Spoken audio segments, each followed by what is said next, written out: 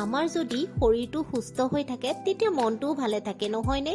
আৰু মনটো ভালে ৰাখিবৰ কাৰণে শৰীৰৰটো অকণমান যত্ন ল'বই লাগিব সেয়েহে আজি মই এবিধ বিশেষ জুচৰ ৰেচিপি লৈ আহিছোঁ মানে হুইট গ্ৰাছ জুচ ঘেঁহুৰ জুচ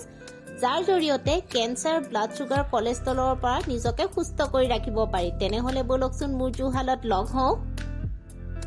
এয়া মই গোটা শুকান ঘেঁহু লৈছোঁ যিখিনি ভালদৰে পৰিষ্কাৰ কৰি ফিল্টাৰৰ পানীৰে দুদিনৰ কাৰণে তিয়াই ৰাখিছোঁ এই শুকান গোটা ঘেঁহুটো যিকোনো গেলামালৰ দোকানতে পোৱা যায় ইয়া এসপ্তাহৰ পিছত ঘেঁহুৰ গুটিৰ পৰা গজালি ওলাবলৈ ধৰিছে লাহে লাহে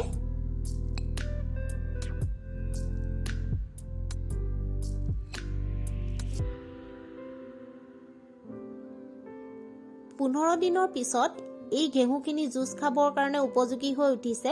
এতিয়া মাটিৰ পৰা প্ৰায় 1 ইঞ্চি ওপৰত আপোনালোকে কেঁচিৰে কাটি ল'ব এবাৰ গুটি দিলে 3 বাৰলৈকে জুচ খাব পাৰি এতিয়া ঘেঁহুখিনি মই মানে ঘেঁহুৰ যিখিনি পাত ছিগি আনিছিলো সেইখিনি টেপৰ পানীৰে ভালদৰে ধুই এবাৰ ফিল্টাৰৰ পানীৰে ধুই এখন চালনীত ৰাখি দিছো এই ঘেঁহুৰ পাতত প্ৰচুৰ পৰিমাণে ক্লৰোফিল এমিনো এচিড মিনাৰেলছ আৰু এনজাইম পোৱা যায় এতিয়া এটা জুচাৰ লৈছো জুচাৰত মই ঘেঁহুৰ পাতখিনি দি দিছো আপোনালোকে জুচাৰৰ সলনি মিক্সিৰ ডাঙৰ জাৰটো ল'ব পাৰে আৰু মই 1 কাপ সমানৰ পানী দিছো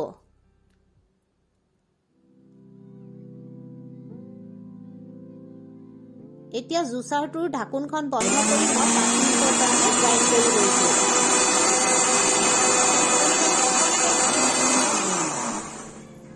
5 মিনিট গ্ৰাইণ্ড কৰাৰ পিছত আমাৰ ঘেঁহুৰ জুচখিনি ৰেডি হৈ গৈছে এতিয়া মই এটা গিলাছত এখন চেকনিৰ সহায়ত জুচখিনি চেকি ল'ম আৰু এই জুচত